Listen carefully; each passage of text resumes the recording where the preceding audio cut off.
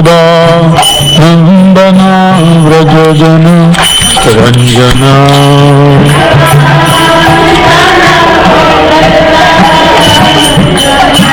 यशोदा नंदन व्रजजन रंजना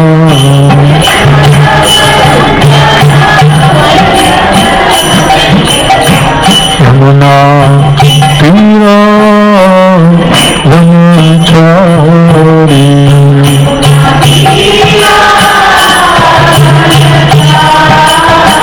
यमुना तीरा वनचारी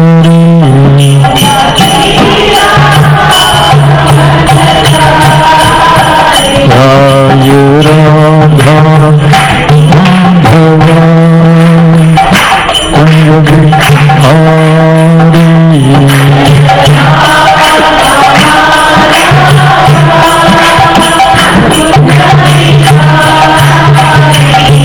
हरे कृष्णा कृष्ण कृष्ण हरे हरे हरे राम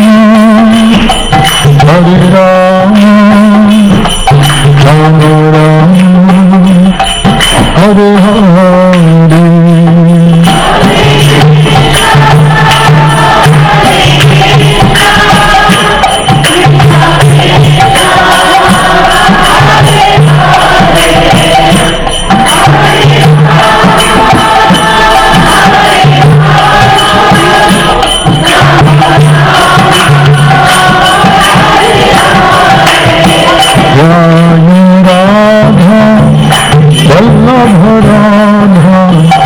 वल्लभ राधे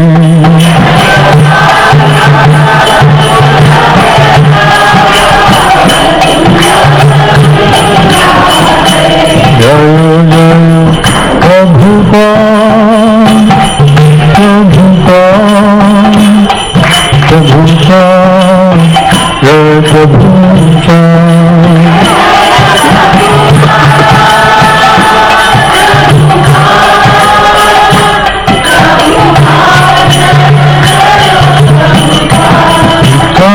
गौर हरि बोल हरि बोल हरि बोल गौर Hari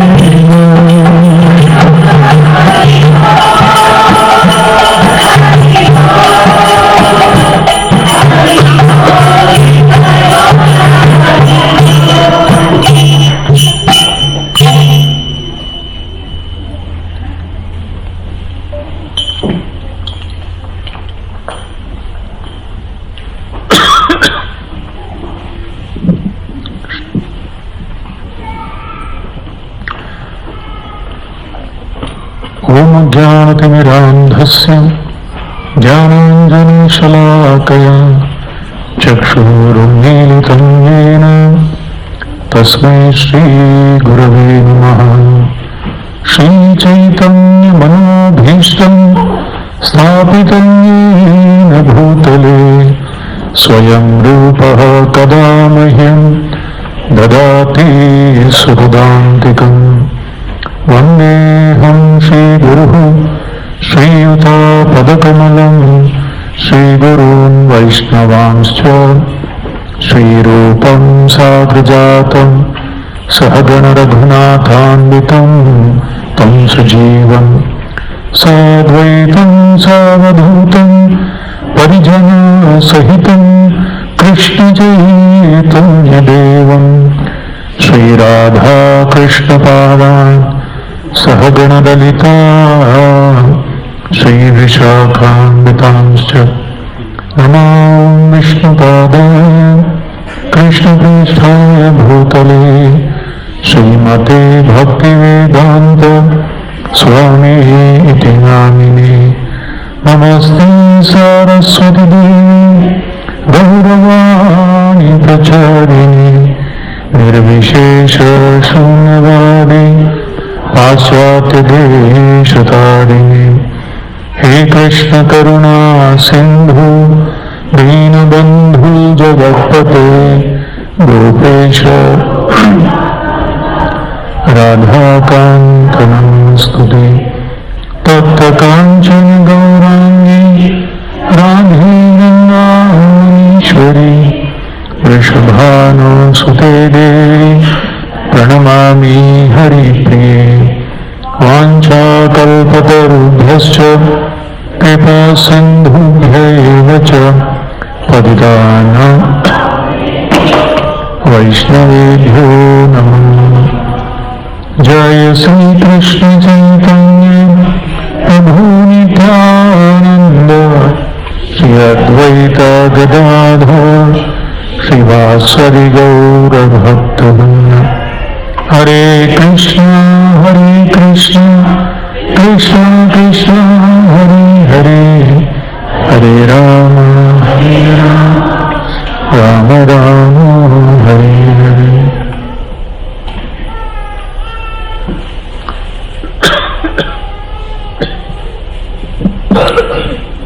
Hare Krishna. Well, today's topic is inspiring Krishna conscious values in children. I kind of changed it a little bit because when I saw the first title early, that was Raising Children, I said, I haven't done one. So it will really be injustice on my part, to actually advise to people who are much more realized and experienced. It will be like a bird trying to teach the fish how to swim. 20 years back, I would have been very excited to speak on this topic. Today I am a little shy. Actually, not at all comfortable. Because over the years, I think with age, person starts little bit maturing and more head may be in the clouds but feet start touching the ground.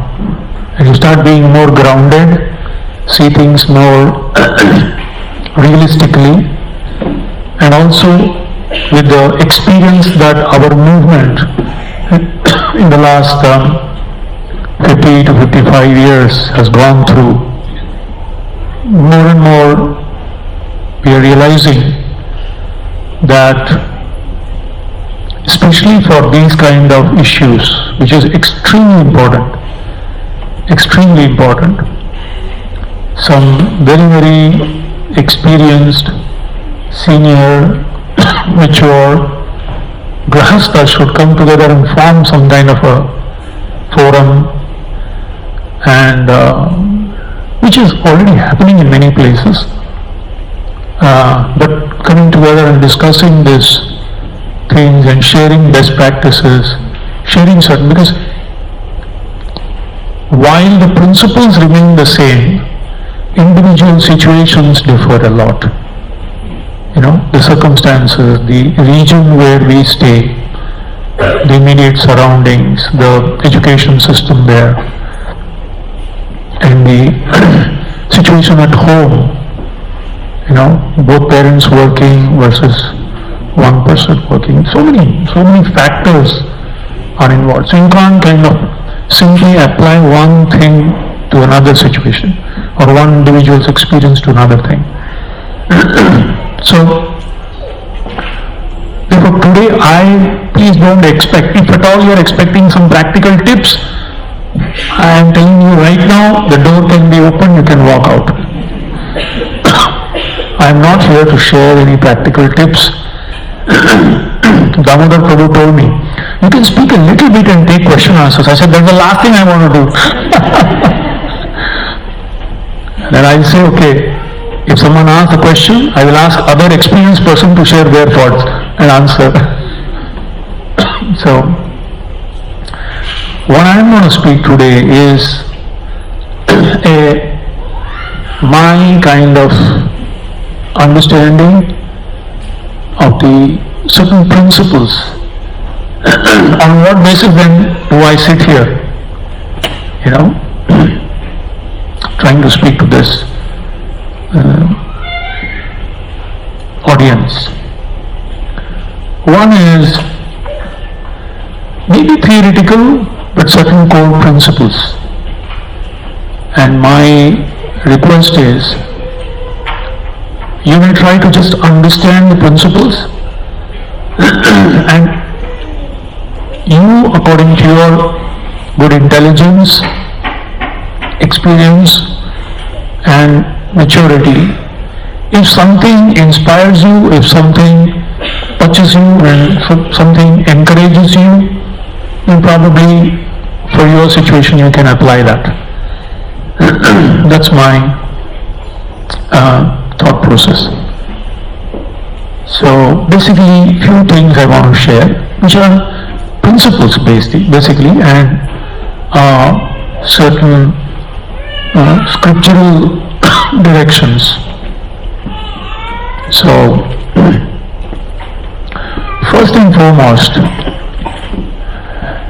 a very important concept which really inspired me is everything in this creation, in this material creation, is going on because of one principle, and the principle of yajna. In the Bhagavad Gita, Krishna says, Nayam lokosti ayajyasya kutonyah kuru sattama. So, everything in this creation is going on because of the principle of yajna, sacrifice. Sometimes yajna is seen as, you just have some bricks and put some havan kund, put some ghee and say swaha and some mantras, light a fire and put some ingredients too. But it is also extremely symbolic about the nature of this world.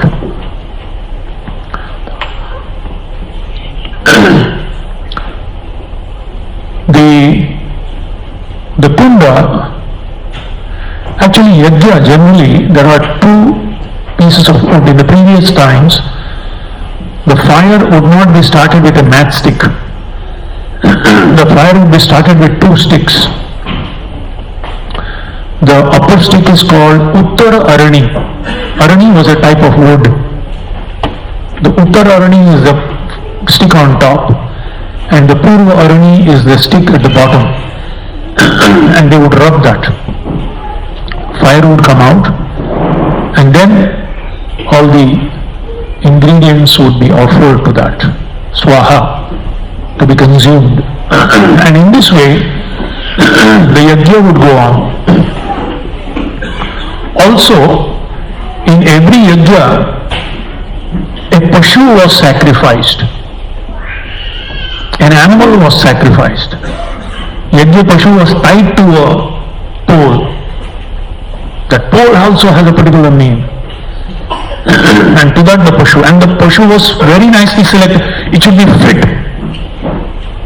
If you read Bhagavatam, the group of dacoits called Jad Bharat, and they tested him to find out whether he is complete. No finger broken, nothing like that. Perfect. He is healthy and in good health and perfect. Complete. And that pashu is offered as a sacrifice. So sometimes it seems as a very violent kind of a thing.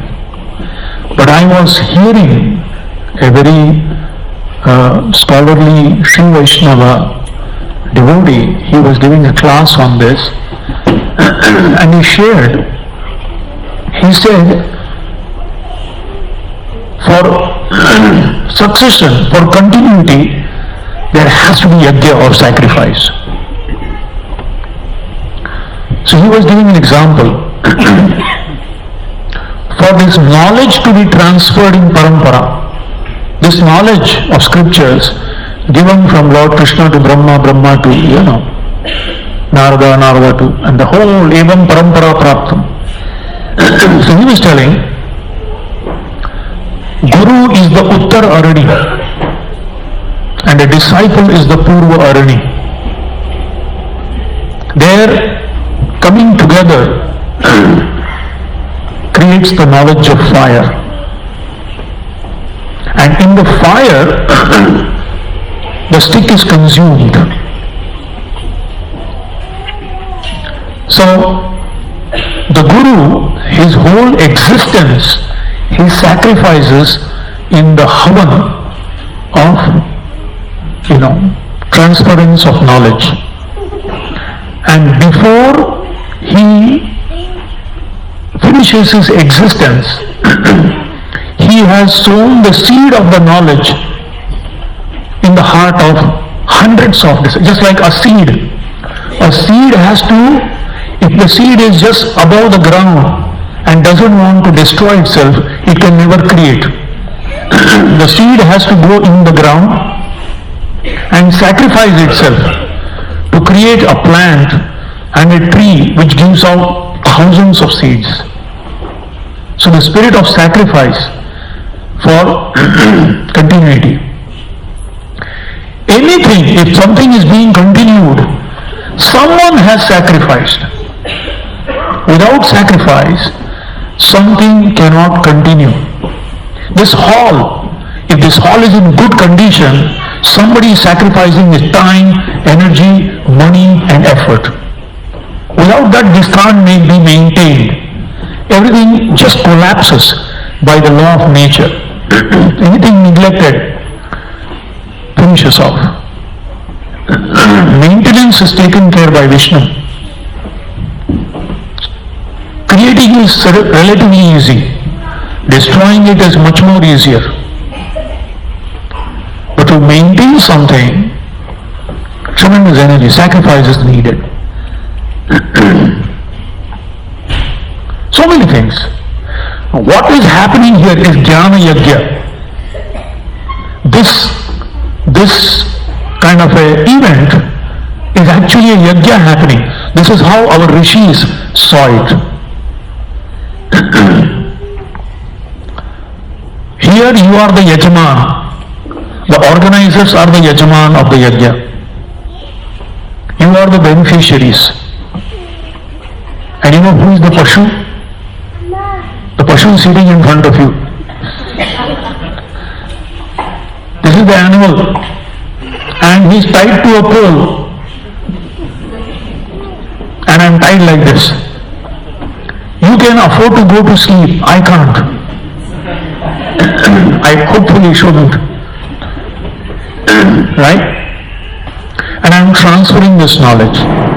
So the fire of yajna is being transferred. So this is a yajna actually. There is jnana yajna through which the knowledge is transferred and continuity is maintained. Similarly, the sky is seen as Uttar Arani. The ground is seen as Purva Arani. And the rains are seen as the Sandhanam. It pours and then all the greenery starts and life continues. So our sages saw in every activity the yajna, the spirit of sacrifice. Similarly, even parenting is a yajna. The Purva Arani, a father and the Uttara Arani and a Purva Arani, the parents come together, and by their union, coming together, a child is born. That's the fire. And in it, both of them offer themselves as sacrifice. Swaha. A lot of energy. So that the values that they carry in their heart is transplanted into the next generation. So there are different types of parampara. There is Guru Shishya parampara and there is family paramparas. Like music, there are, in India there is gharana. This gharana, every music, shastric music or, some kind of classical music, they have a gharana, Guru Shishya parampara, or sometimes even certain families continue a particular tradition. where the knowledge is being transferred. And that means a lot of sacrifice. So, to expect something wonderful without sacrifice is to expect fruits without watering the tree. It's not possible. Just a few days back, on my way to Melbourne, somebody had sent me a small video clip about, in the US, this was a person who is from the South Asian country, with a Mexican mother or father like that. He was speaking, thoroughly researched, everything based on statistical research. He was explaining how in America, he was giving the graph brought by the educational ministry, what they have kind of researched, and showing how in the South Asian students coming from the South Asian countries or families, they migrated Indians and Southeast Asians within America. If you study their children and their kind of thing that they have, kind of jobs that they take up, and the education or the subjects that they take up, courses that they take up, is more oriented towards business and settling down in life or something like that. While compared to others, it was actually different. If it is 70%, it's like just 15 or 20% like that. And many successful top businessmen or CEOs of various organizations, many of them are occupied by these people. And he was telling, tell a person from Southeast Asia to have a 4-day week. Impossible. You can't convince them. It's impossible. If they come here 6 days a week minimum, or sometimes even 7 days a week, they are doing this. And he was doing the statistics, basically. And he was showing the reason for that, not only taking this family culture, as they say, a family that stays together, prays together, stays together, something like that. So that family culture of being together and taking care of the children and taking responsibility for the children till they actually settle down properly. Not that, after some years they just kind of let go thinking, okay, let them have their life, we've done our part, that's all. So that's not there. So he was comparing a lot of things, 10 things he actually told. I wanted to show that actual video, then later I decided no. It's about 7-8 minutes. So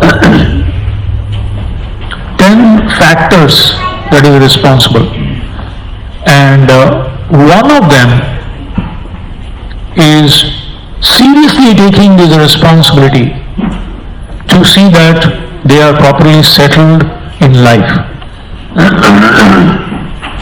till they actually settle down, and closely monitoring, not kind of breathing down their neck, but keeping awareness aware of what's happening in their life, And he also told a very interesting factor. This is a research factor. He said, generally, the son considers the mother to be the closest friend, and the daughter considers they reveal their heart to the fathers. This was also some kind of research show. So I was kind of thinking, where has this emphasis come from? Considering it as a very serious responsibility and seeing it till the end to see that it is properly executed. It is described, traditionally, at least in India, There are 5 responsibilities which is incumbent upon every householder because we are born a debtor. For every breath that we take in our life to live in this world, for this body to born and grow, we are indebted to so many personalities, so many people. And if he takes something, if he borrows something from someone to exist, and if he leaves this world without paying back, then we are considered debtors, and Bhagavad Gita even calls it stena. Stena means thief. We have stolen and not returned back. So there are 5 debts. Pancha Maha Yajna, and one has to perform this yajna. What is this Pancha Maha Yajna? Deva to the Devatas, who through nature provide us our sustenance. Can you imagine free sunlight? The sun doesn't give you, a light or an electricity bill, a warming bill, for all these ingredients or something like that. Earth, Bhudevi, is considered a Devata or the rain god, the ocean god. So, from nature, we are taking so much to sustain ourselves. And if we don't pay back, then we are actually hard-hearted and not even human beings. We become burden on this planet. Rather than relieving the burden, we actually become a burden. They have this concept of Sura and Asura. And something Asura means, having horns and protruding teeth. It's not like that. He said Asura means one who takes more from the world but gives less. And who is a Deva? Who takes less but gives more. And because he takes less from the society and gives more, he is an asset to the world. And one who takes more but gives less is a liability to the world. Think about it. Why corporate is downsizing everyone? Downsizing and giving the picture. If they are paying something, they expect at least commensurate with that some kind of a service. If not, that means you're taking more and giving less. That's not profitable. So even in nature, that is why when the Asuric population increases, the mother feels burdened. Because the father's property is taken and exploited, that the mother feels extremely burdened, such kind of children. So this is the concept. So Deva. Then there is Rishi, all the knowledge, whether it is mundane material knowledge or spiritual knowledge. Somebody has sacrificed their life to actually acquire that knowledge, understand that knowledge, apply that knowledge and share that knowledge. That is called as Rishi Rina. Rina means debt. So Rina to nature or the Devatas, Rina to all the knowledge that we are receiving. Rishi Rina. And the third, Bhutaruna. Bhutaruna to the living entities. We are dependent on the cow for milk. We are dependent on a butterfly and the bees for pollinating the plants to receive fruits and flower, to receive fruits. We are dependent on the trees, which are living entities, for our subsistence. We are dependent on the earthworm, which fertilizes or makes the soil very fertile for things to grow. We are dependent on so many living entities just for our subsistence. And if we don't pay back that, we are still debtors. We become burden. So Deva, Rishi, Bhuta and Nrina. Nrina means we are dependent on the engineers for constructing something. We are dependent on the doctors for our health. We are dependent on the potters for making pots. We are dependent on just to wear these spectacles. I didn't manufacture this spectacle in my home. Somebody worked for it to create this frame, and somebody did to get this glass. Think about it. Cloth that we didn't make it. You may say, I paid, Baba. We have paid for this. You may pay, but that knowledge to make it has come down through that disciplic succession. Somebody has transferred this knowledge, and somebody is working towards providing these facilities. And therefore, we respect that, and we have to reciprocate that. Acknowledge that at least, if not reciprocate. And then, Driyagya, and then Pitris. Pitri means our ancestors, forefathers, for giving us this body. Had they not given us this body, how would we have survived? So, paying back these 5 debts is considered a civilized human being. And anyone who does not is considered uncivilized and a burden on this planet. How do we pay back the debt? I don't want to go into that talk because that's not concern of today, but I'll just quickly tell you. The Devatas who supply through nature, air, the earth, the water, fire, etc., whatever, all these are powerful personalities, represented by powerful personalities in nature. We pay them back by performing yajna. Yajna or puja, or offering our worship to them. Of course, after we understand the Vaishnava philosophy, we know that by worshipping the Lord, you are watering the root of the tree. And all the branches of the sub-branches, everyone is satisfied.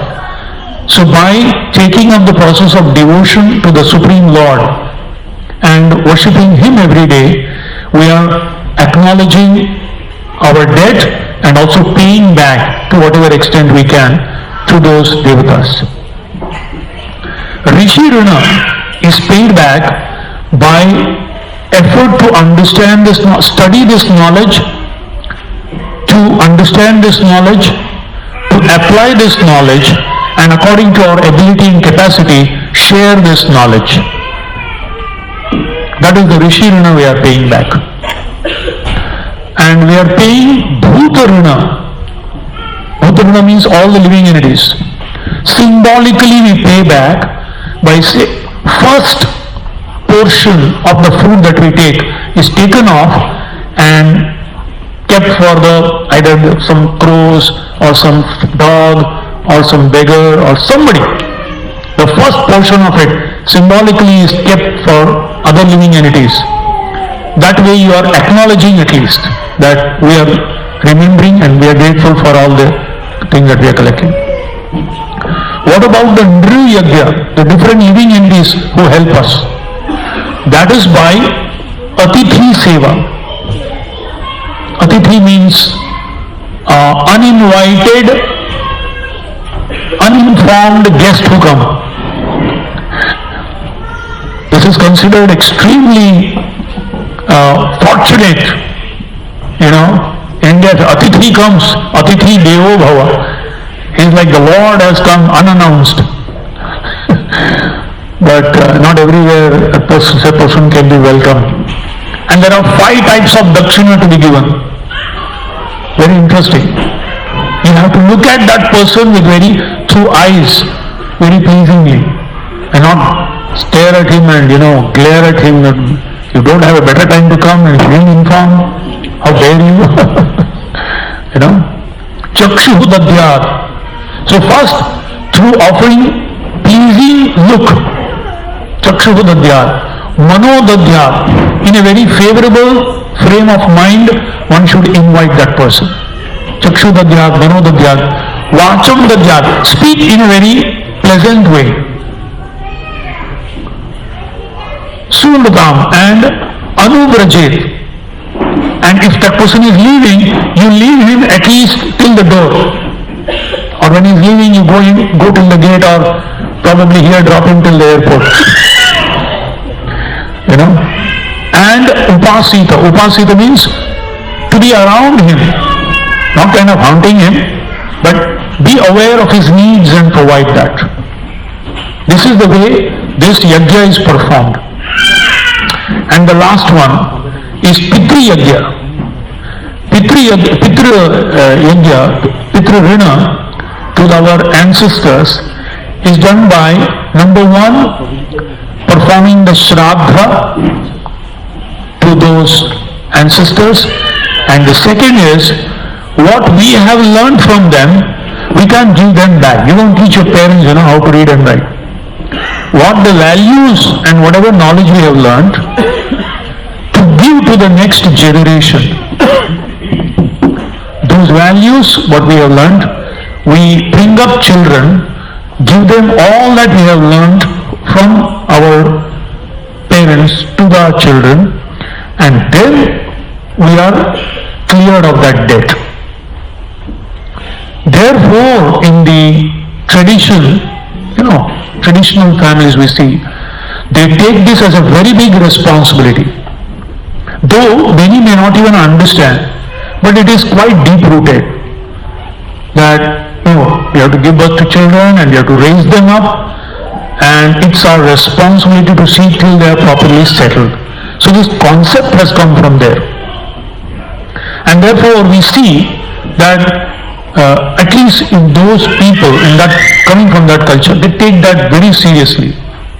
And practically, either one or both the parents forego and sacrifice their careers, their ambitions, to actually see that, which is little difficult in today's world and in other cultures. To even think, why are you doing that? You missed out, will you not live your life? So sometimes the feeling also comes. Maybe, of course, earlier in days to get married earlier, and once they are settled, now, at least my life, whatever I had, my ambition, I'll fulfill it. But now dynamics are changing. But the fact is, we see this, that a lot of people make a lot of sacrifice about their own career. They change, they shift, they move from one place to another. A lot of resources they try to gather, and forgetting their own ambitions to see that children are given that. So this is where it has come from. Though we may understand or appreciate it or not, but that principle is there. And therefore we find the success rate in terms of family culture and settling down in success in life is much higher in cultured societies like this, where this is seen as a major responsibility. So this is one part. Now I'll come to the third part, and again I'm just telling you the principle, and you people are much more experienced in this, but I'll share the principle. And I heard this, when I heard this, at least I can have some right to speak, because I raised 55 children for 10 years. I was in charge of kind of a gurukula, of an orphanage basically. I was put in charge. I wasn't really so mature, but somehow as a responsibility I was given, and for 10 years I took care. And luckily all the children are still very grateful, and they are still respectful to me. Probably I gave them some good experience, some happy memories. So at least nobody has come and blamed me that you deprived me of this or that. So I think that is good enough credit for me to kind of share a few words. And of course, I was most privileged and fortunate to have amazing parents. I can tell you one thing, for whatever I am today, even being a brahmachari, 49% of the credit goes to my parents, especially my mother, and 51 goes to my guru. You may say, why this, partiality? The parents gave me a pot, the container, and guru gave me the content. You may have the best content, but to hold it, you need to have proper container. If good samskaras are not there, you can't hold, even though you may know something is extremely good, these values are worshipable, but if I don't have a proper samskara, a container, I can't contain it for long. But mere container without any content, even if it is a golden bowl, is useless. So human life is meant for self-realization, and therefore to do that you need to have a solid container to hold it. I don't know if it's really true or not, but they say tiger's milk can only be contained in a golden pot. I never experimented or saw it also, but they say any other pot it will melt away. So if the content of scriptural conclusion is contained compared to tiger's milk, you need that kind of a pot, which means good samskaras, good values being inculcated in the early years. So, in one particular Niti Shastra, which is, I founded this in Chanakya Niti also, but this is, Chanakya only compiled it, but this is there in the Niti Shastras, Dharma Shastras. It speaks about the core principle of parenting. Basically three things he says. It says, Lalayet Panchavarshani, Dashavarshani Tadayet, Prapteshu Shodashe Varshe, Putram Mitravada Acharet. Lalayet Panchavarshani, the first 5 years. Now that may have changed according to time, place. Earlier people would live in a village and die in the village without knowing, probably never having gone to the next village also, or next country. But today, thanks to technology, the eyes have expanded in the form of your mobiles or the cell phones. The ears, people quickly they mature in terms of knowledge, overburdened, like bombardment of knowledge.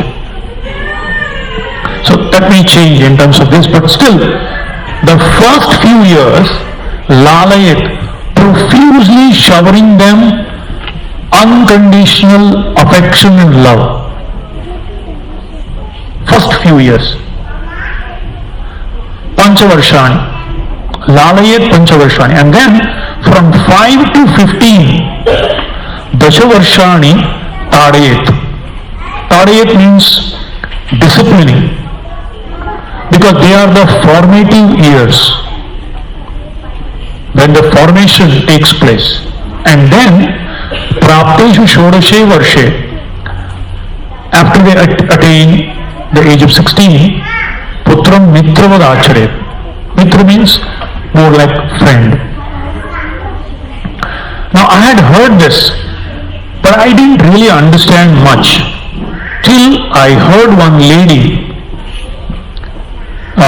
She is working on traditional knowledge, preserving traditional knowledge, and this lady has written a lot of books. And when I heard her talk, I could appreciate, because I could relate with what happened in my childhood.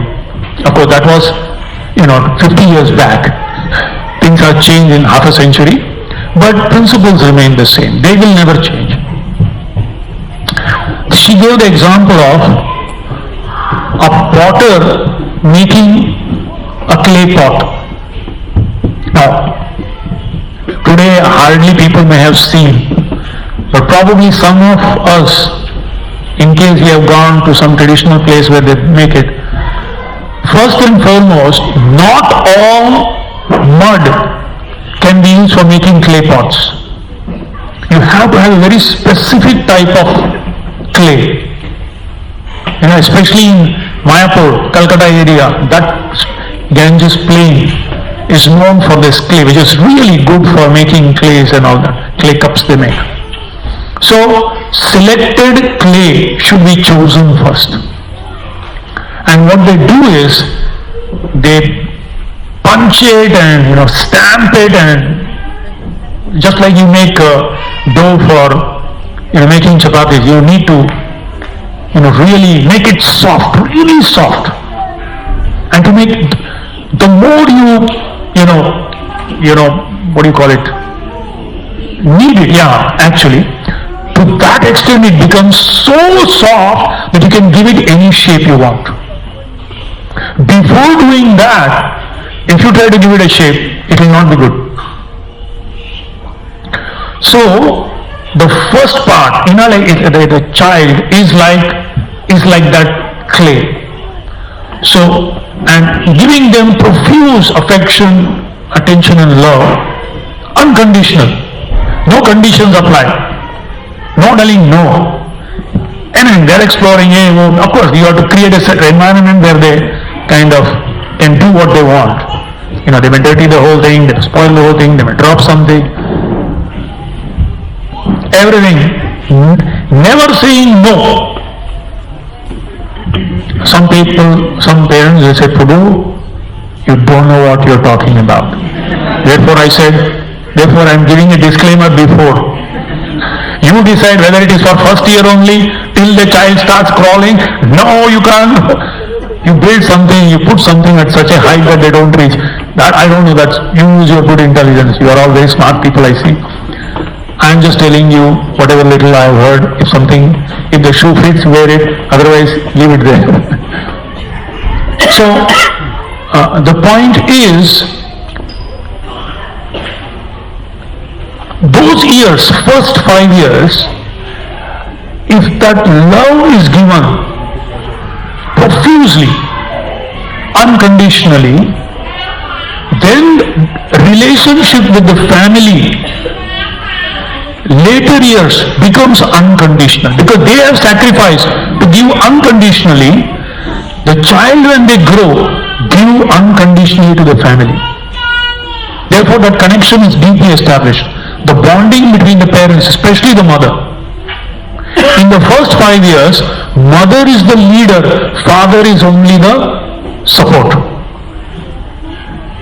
In that role, mother leads the project. She is the project head and assisted by the father. That's why in Vedic scriptures say Matru Devo Bhava first, then Pitru Devo, then Acharya Devo Bhava. So first 5 years, that's it. That kind of, so the affection is there. Then Dashavarshani, the next 10 years, Tadayat means discipline. This concept was very beautifully explained, and that's exactly what I want to share today with all of you. Because I felt that very, very reasonable, very, very logical and very thoughtful. 5 to 15 is formative years. It is meant to give a form. So what the potter does is, after making the clay, he puts it on the wheel.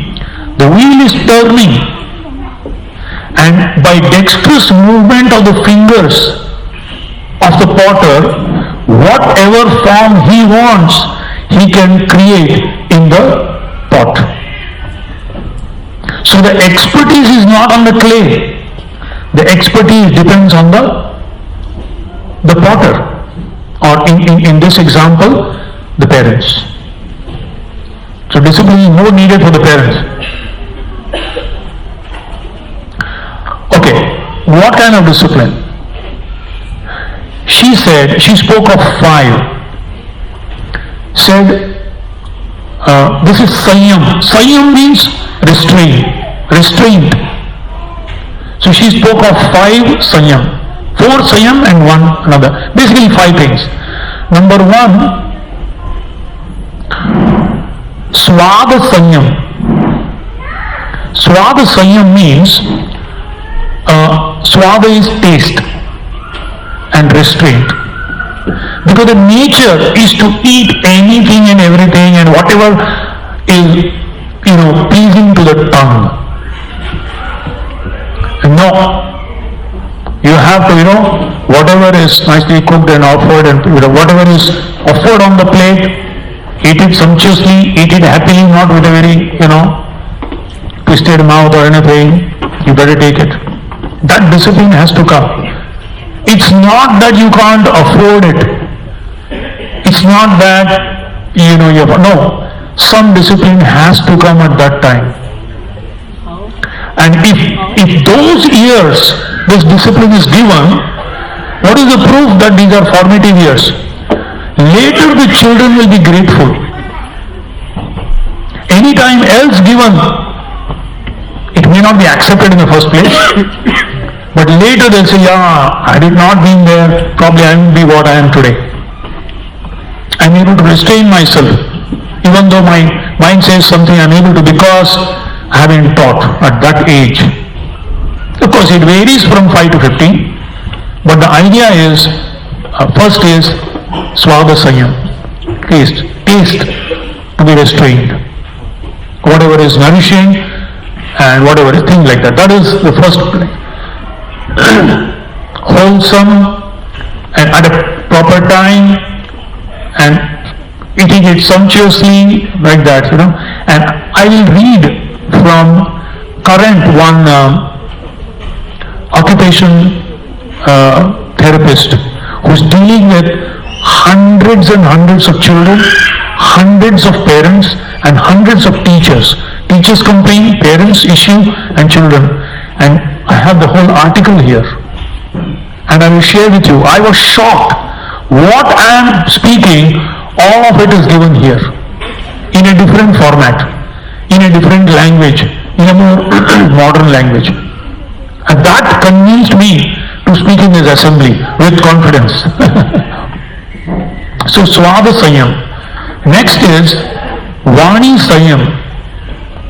Vani means what you speak, the words that you speak, how you speak. To elders with respect, to equals with friendship, to youngers with affection. So certain discipline was there for us. You cannot call your elders by name. You have to call them, like in our language we say Akka means Anna. Elder brother has a particular name, elder sister cannot be called by name. You have to call so and so by this. This is the idea is there is respect. In Bengali they say Dada, otherwise elder brother, like that in everything. So it's not about the word, it's about attitude.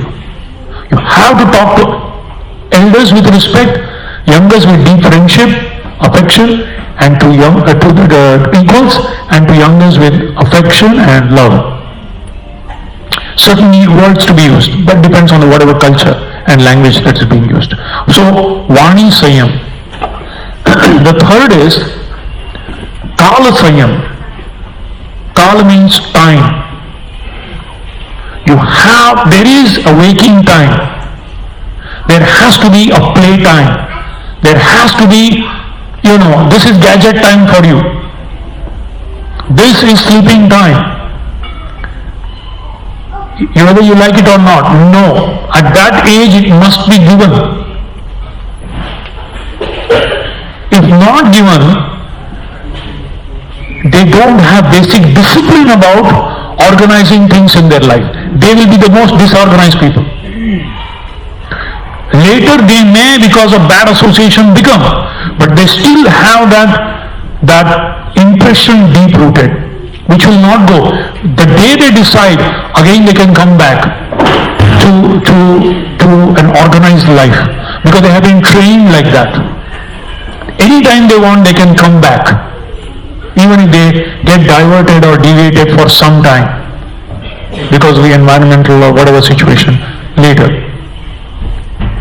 So, Kala Sayam, time. There should be a proper time for everything. There is study time, there is eating time, there is sleeping time, waking time. So time has to be, and doing all of this in a specific time. Sometimes people say, no, it takes a lot of time. No, within that time, whatever best you can, you do it. But this is the time, that's it. Learn the art of efficiently doing it within the specified time. The fourth is Artha Sanyam. Artha Sanyam means valuing things, not wasting it, not throwing it, not breaking it. Well, at least, in our childhood we had a discipline.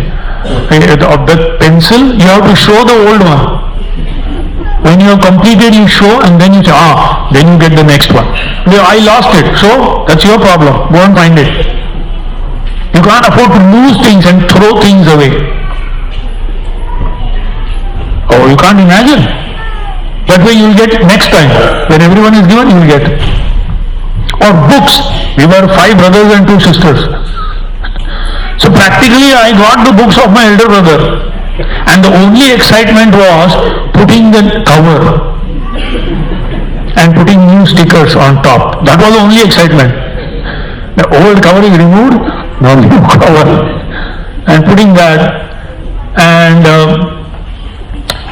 old notebooks, some used ones are torn away and the remaining papers are there and binded, something. In some houses, my friends' houses, the clothes also came in parampara, kind of use, and then. So the idea was, it's not that they can't afford. If they are trained in this, tomorrow, as they grow up, whatever they earn, they can arrange their life within that budget. If not, even if they earn lakhs of dollars, they still are dissatisfied. So it's a very deep thing. It's not about I can't afford. No.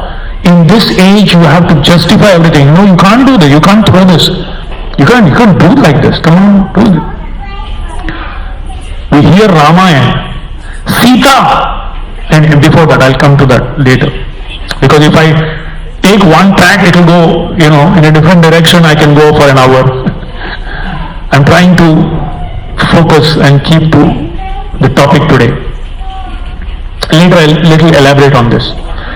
So, Swada Sayam, then Vani Sayam, then Kala Sayam, Artha Sayam, and the fifth one is Seva and Shushusha. Learning to take some responsibility in the house to do service. Service to the elders, serving others, and service even to the home. That's how you develop an attachment to the home. You look forward to the home for shelter. Not a place where you come and dump things and it's like a hostel where people come together, come just to eat and sleep and then get off. There's a deep attachment to the home because they have rendered service and you have done things together. So, taking small responsibilities. At least in my home, once in a month, we need to have a maha cleaning of the house. And my eldest brother would clean all the fans and tube light because he was tall. And my sisters would clean all the clothes and other things. And I was the youngest guy. I was given to clean the garden, watering and everything. And my brothers had 2-wheelers. So cleaning that was my job. And one person had, all the delicate things, glass and everything, that needs to be cleaned. And that day, and my father would also do certain things. Actually it was a festival, I tell you. And loudly the music is going on, and everyone is sweating it out really, and eagerly. And my mother is cooking a nice feast. Just the smell of it is like motivation.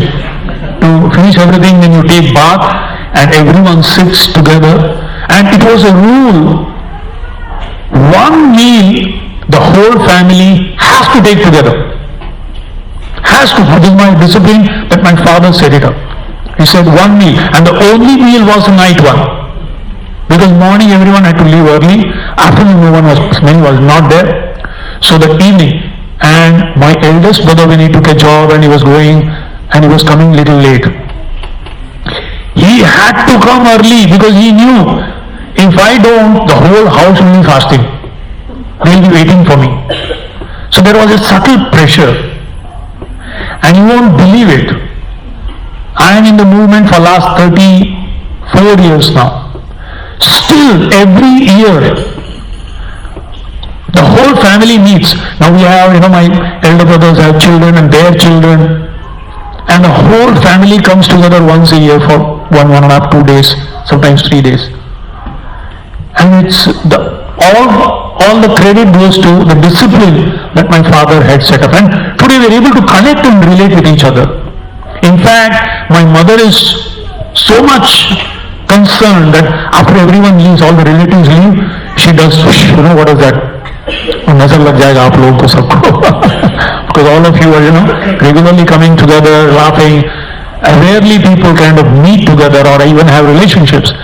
But that is there. And the credit goes to that discipline that was set. We will all eat together. So sometimes discussions happening, of course there was no mobile, nothing there. So discussion happening, deep bonding was created. And there was some common discussions that would go on. Very interesting discussions would happen like that. And there was another thing. Every Saturday, we used to have a bhajan. And recently, when I went home, one of our brahmacharis came with me. And we had this bhajan. And imagine, about 35 or 40 of us. And just like, we sing Mangalarti, as soon as Jai Om Vishnupada, then Namaste Narsingaya, then Vrindaya Tulsi Devi, automatically it just starts. We started the bhajan, and for 3 hours, one after another, it was auto mode practically. And this brahmachari was shocked. और यार तुम्हें वो कैसे मालूम कि अगला गाना कौन सा है, अगला भजन कौन सा है? बोला नहीं, वो हो गया वो. It is in the routine mode. I am realizing now the wisdom of that.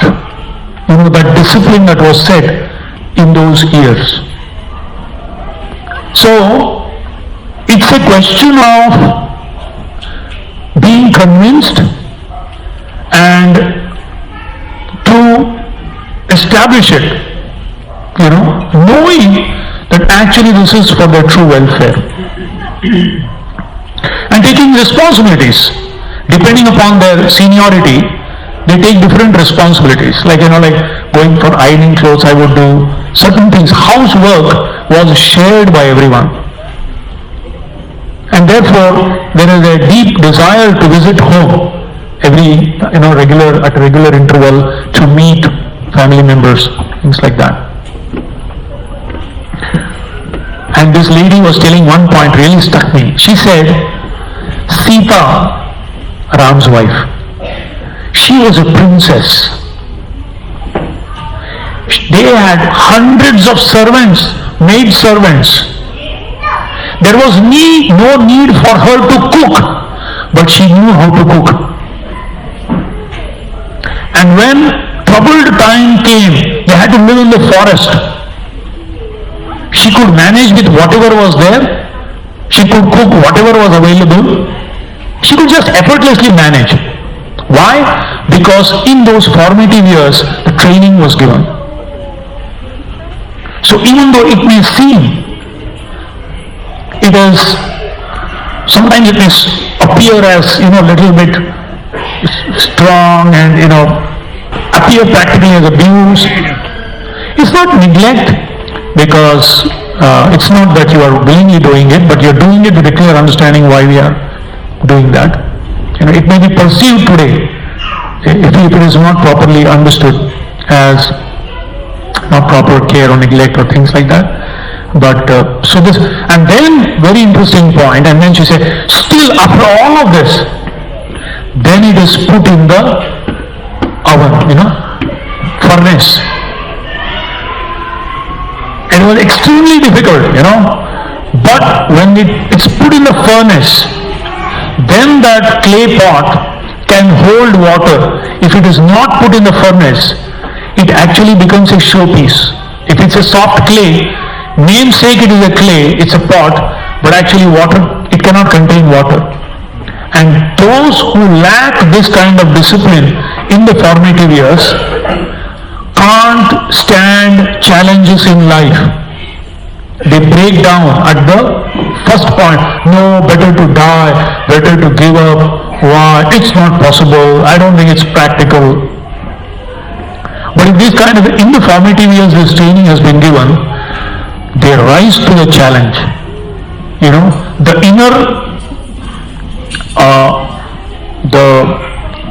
stamina comes out. That discipline during those years comes out in times when we need it the most. And such individuals who have been given this kind of a training, they blossom during the challenges. There you can see the difference. When the pot is made and kept, if it is not properly molded and put in the furnace of discipline, then it is only a showpiece. It doesn't serve its purpose.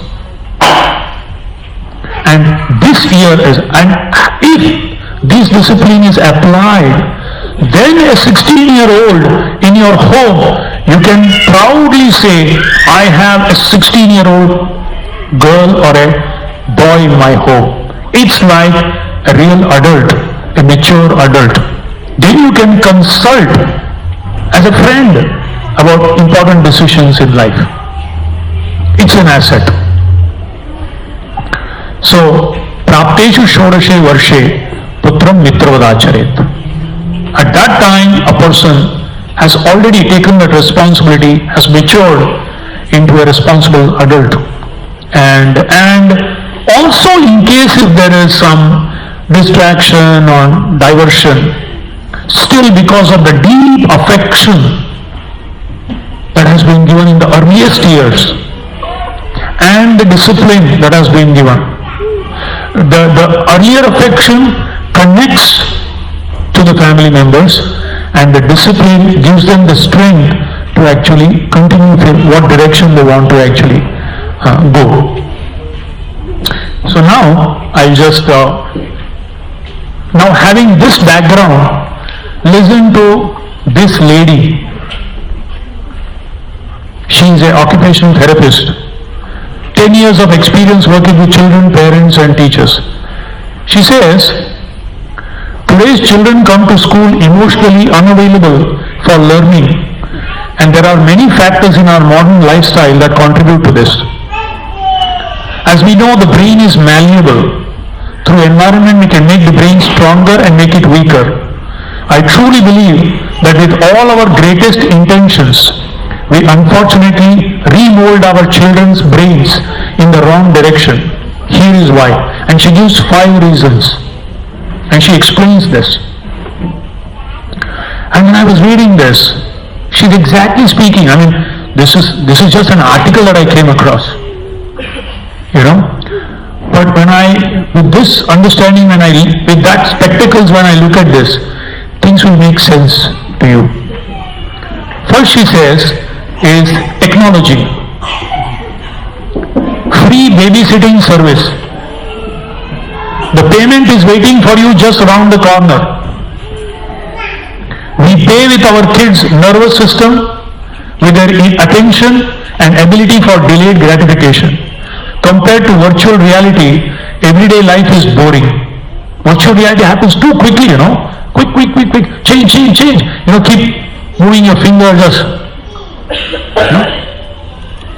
Things don't happen in life like that. Therefore, this ADHD. Today, a lot of children are having these kind of issues. Special education has to be given, attention deficit syndrome, so many others. Why? Why all of a sudden? How come this was not there a few generations ago or a few, decades ago? How this is more? So this is explained by a professional. When kids come to classroom, they are exposed to human voices and adequate visual stimulation as opposed to being bombarded with graphic explosion and special effects that they are used to seeing on screen. After hours of virtual reality, processing information in a classroom becomes increasingly challenging for our kids because their brains are getting used to the high level of stimulation that video games provide. The inability to process lower levels of stimulation leaves kids vulnerable to academic challenges. Technology also disconnects us emotionally from our children and our families. Parental emotional availability is the main nutrient for child's brain. Unfortunately, we are gradually depriving our children from that nutrient. So this is one thing to be careful about, technology, which has I have to agree, my sister's daughter, my niece, she has a son, 1.5-year-old, and she's got a seat with a belt and with a table. She puts the iPad and starts a cartoon. And she's going around, and once in a minute she comes, open your mouth, and I was so angry. Then I decided I will let me not intervene. Otherwise, my 1-year visit also will be unwelcome. But I took her aside later and I told her, what are you doing? And I wish I had this article at that time. I would have shown her. And I tried to explain whatever little way. But she said, doesn't listen. He wants to see because you have created that. This is where sacrifice is needed. A lot of quality time, lot of energy is needed. Are we able to do that? You have to make it interesting. We'll read the solution later. I'll just read it. So first is technology. Second, kids get everything they want the moment they want. I'm hungry. In a second, I'll stop at the I'll drive through. I'm thirsty. Here's the vending machine. I'm bored. Use my phone. The ability to delay gratification is one of the key factors for future success. We have all the greatest intention in mind to make our children happy, but unfortunately we make them happy at the moment, but miserable in a long term. To be able to delay gratification means to be able to function under stress. Please listen this attentively. To be able to delay gratification means to be able to function under stress. Our children are gradually becoming less equipped to deal with even minor stressors, which eventually become huge obstacles to their success in life. The inability to delay gratification is often seen in classrooms, malls, restaurants, toy stores. The moment the children hears no, because parents have taught their children, the child's brain, to get what it wants right away. So this is the second thing that she has pointed out as something to be careful about. Third, kids rule the world. Some of you are smiling with deep realization probably. I have no idea, I'm just reading out like a computer. If something made sense, all the best. Okay, kids rule the world. My son doesn't like vegetables. She doesn't like going to bed early. He doesn't like to eat breakfast. She doesn't like toys, but she's very good at her iPad. He doesn't want to get dressed up on his own. She's too lazy to eat on her own. This is what I hear from parents all the time. Not me, occupation therapist. Since when do children dictate us how to parent them? If we leave it all up to them,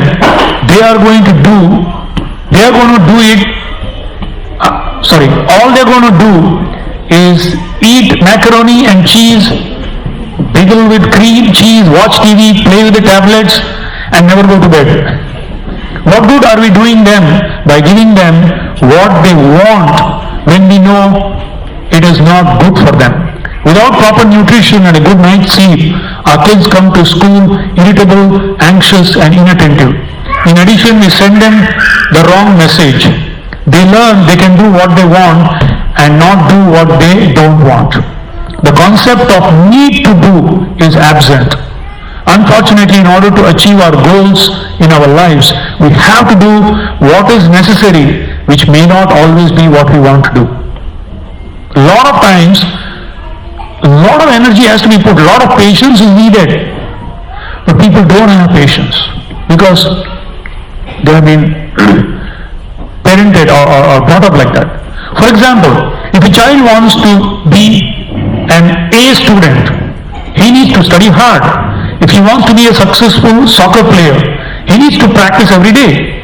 Our children know very well what they want, but have very hard time to do what is necessary to achieve the goal.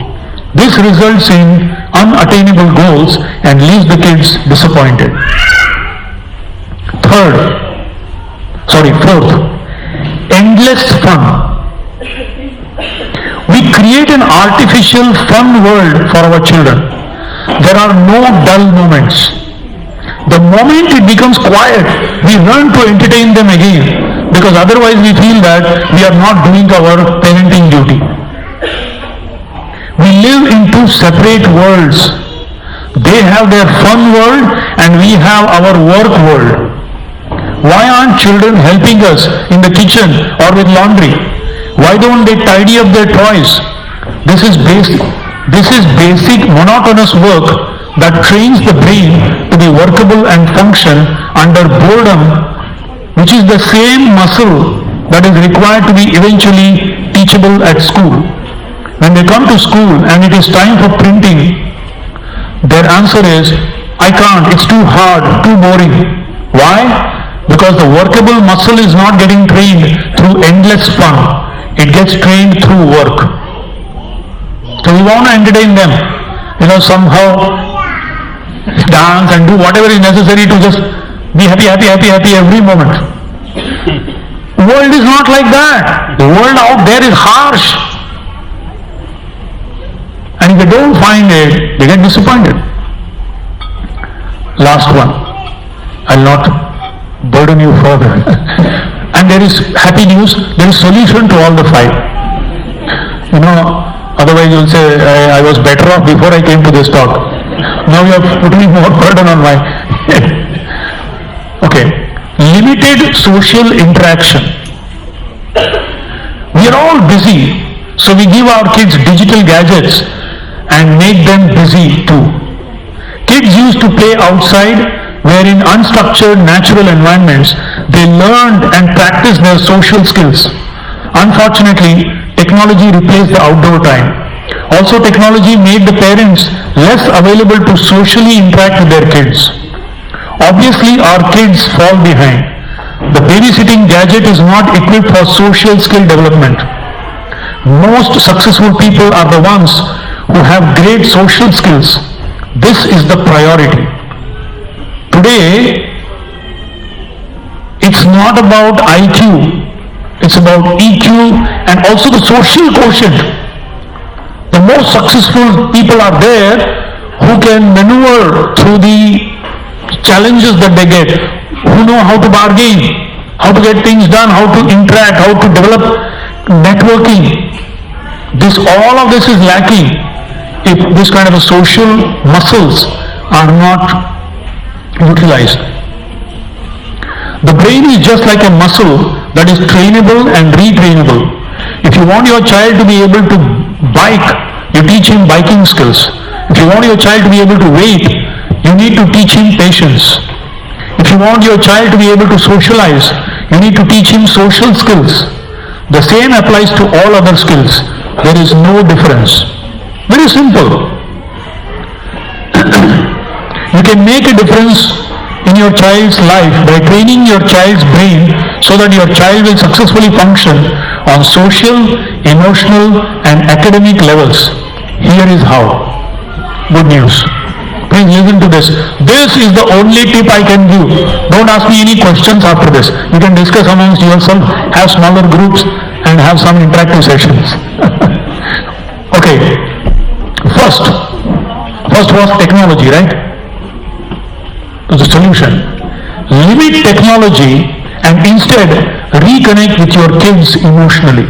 This is where the sacrifice is needed. Surprise them with flowers, share a smile, tickle them, put a love note in their backpack or under their pillow, surprise them by taking them out for lunch on a school day, play together, eat together, go biking, do something, sense of quality time, connect emotionally. 2. What was the second one? Anyone remembers? Immediate gratification. Delay gratification. Good, you are very good students. Okay, train delay gratification.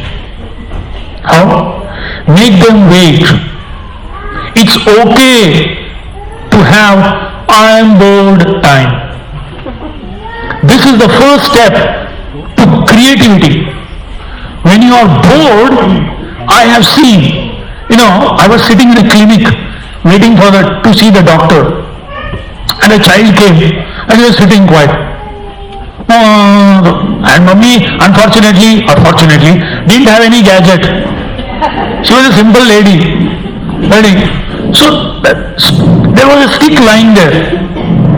And I saw the child pick up the stick and he started creating so many games.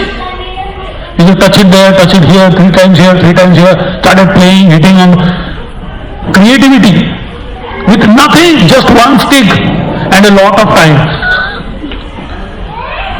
So you are dulling their creative skills by not giving that kind of I'm bored, so they are forced to be creative. Gradually increase the waiting time between I want and I get. Avoid technology use in cars and restaurants and instead teach them waiting while talking and playing games. Limit constant snacking.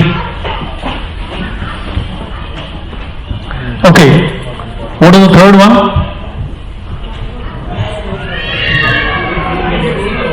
Kids rule the world.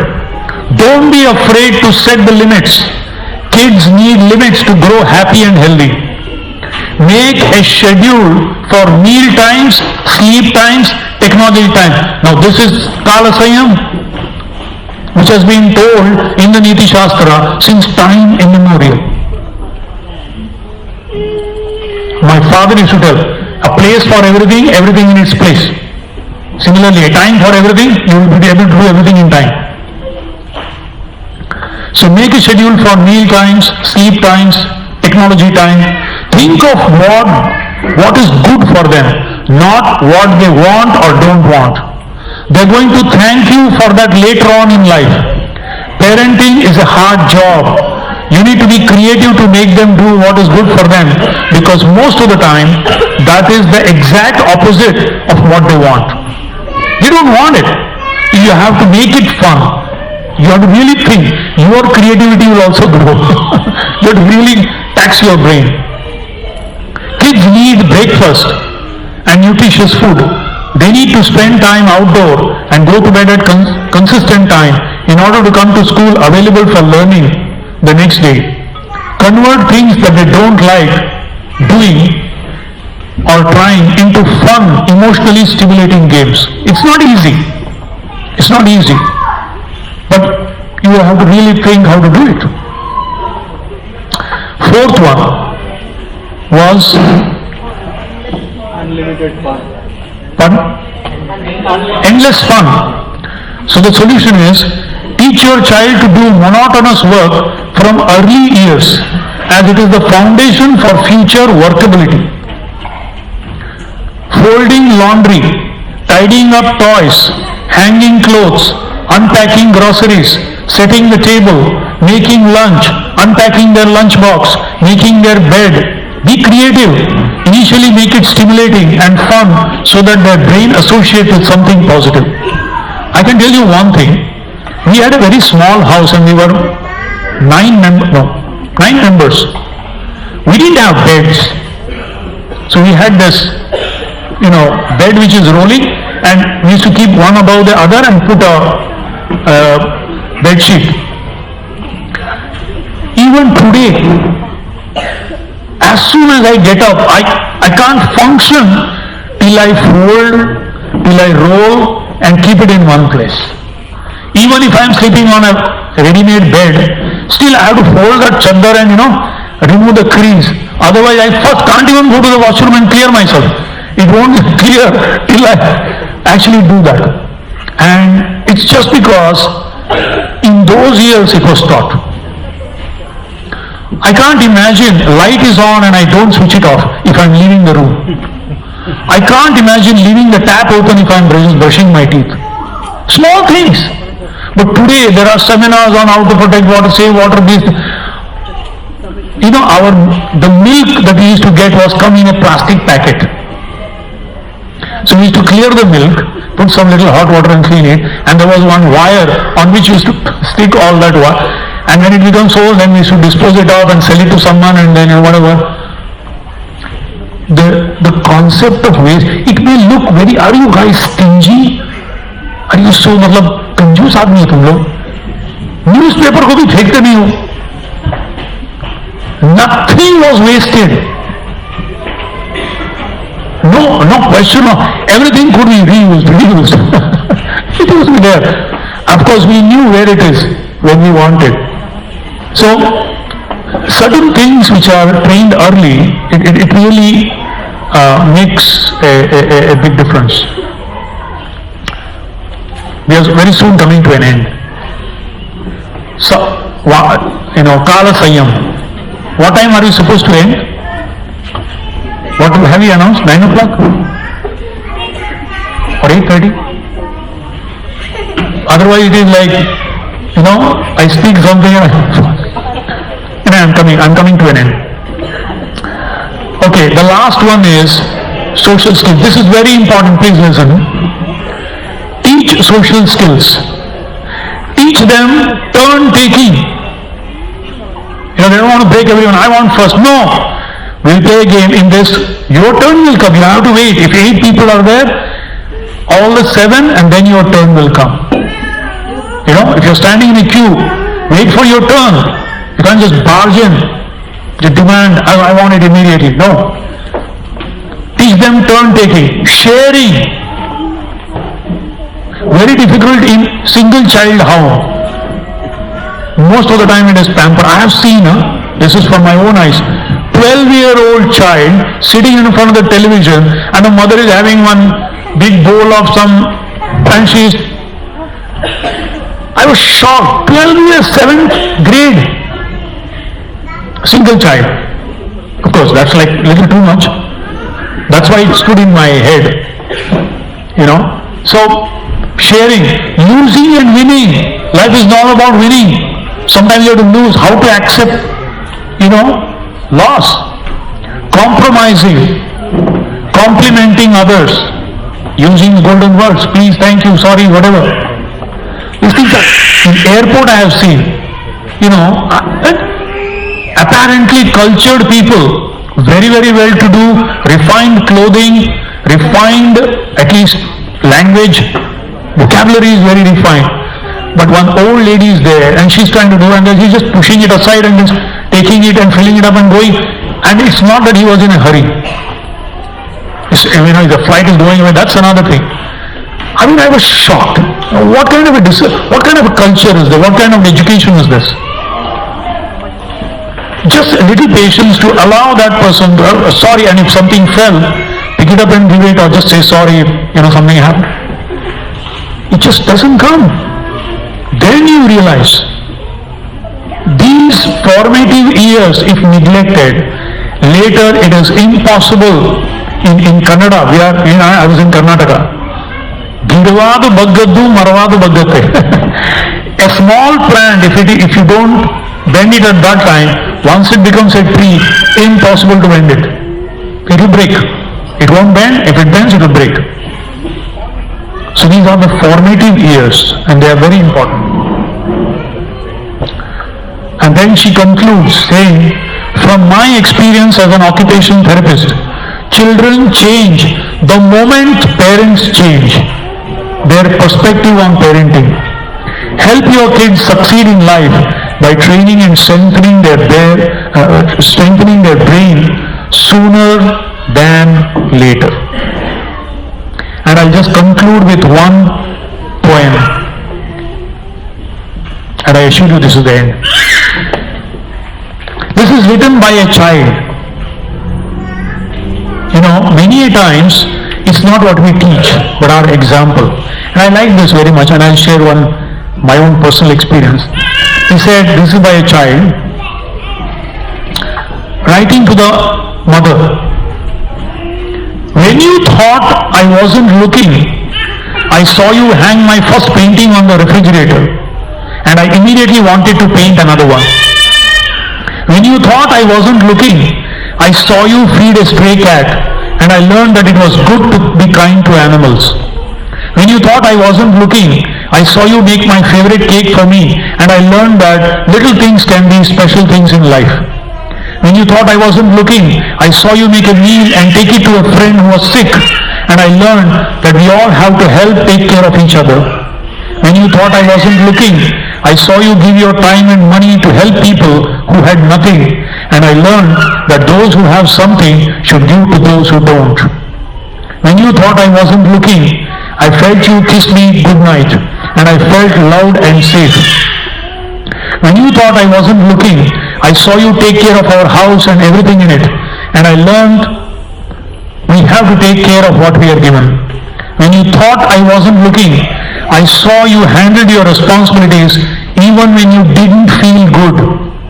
And I learned that I would have to be responsible when I grow up. I have to share one thing. There was one aunt of ours who had grown old and she used to forget what she has spoken. So she would speak the same thing again and again after every 3 minutes. And when she would come, and my mother would say, oh no, she's going to be like. So one day she had a severe headache. My mother had a severe headache and she was sleeping, and this aunt came. And all of us were playing, and my mother had told, don't make noise for 2 hours. I'm going to sleep, I have a severe headache. And both my brother we applied one balm and we tied the cloth. You see, it was so severe headache. And then suddenly this gate opens and my aunt comes. And I knew. So I ran, I was in 4th grade, like 8 years or 9 years. I ran to my mother and said, Auntie is coming. And she said, oh no. So I said, Mom, do one thing. Go inside the bed, I will tell her that you are not there. She just clapped me, said, shut up. And she just went up, immediately removed everything, and she dressed up. And she went to the door and opened. And she said, Hare, I was just thinking about you, so nice to see you. I was thinking, yeah, just tell her what you are thinking. Believe me, I learned the lesson, what it is telling here, but I thought she was a hypocrite. What nonsense. Till way back later when I read Prabhupada's books and said how to take care of guests, even if an enemy comes, you should treat him so nicely that he forgets that he is an enemy. And then I said, my God, my mother knew that culture. She was already practicing it. When you thought I wasn't looking, I saw how you handle your responsibilities even when you didn't feel good. And I learned that I would have to be responsible when I grow up. When you thought I wasn't looking, I saw a tear come from your eye. And I learned that sometimes things hurt, but it's all right to cry. When you thought I wasn't looking, I saw you cared, and I wanted to be everything that I could do. When you thought I wasn't looking, I learned most of my life's lessons that I need to know to be a good and productive person when I grow up. And this child concludes by saying, when you thought I wasn't looking, I looked at you and wanted to say, thank you for all the things I saw when you thought I wasn't looking. Which means, it's not what we speak, but what we do that, especially in the impressionable years, create the whole personality of the children. So it's a big responsibility. As I said, it is a yajna, a sacrifice. So, thank you very much for patiently bearing. This is a proof that you are very good parents.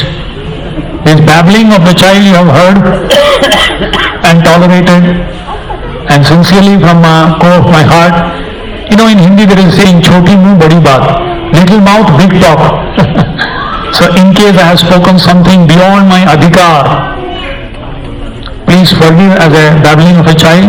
But in case you found something useful, helpful, please take it and give me blessings that I may live up to what I have spoken. Thank you very much. Hare Krishna.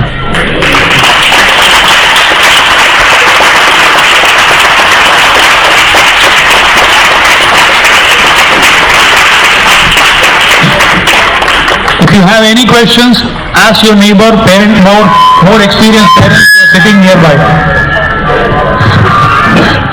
So no questions now. Hare Krishna.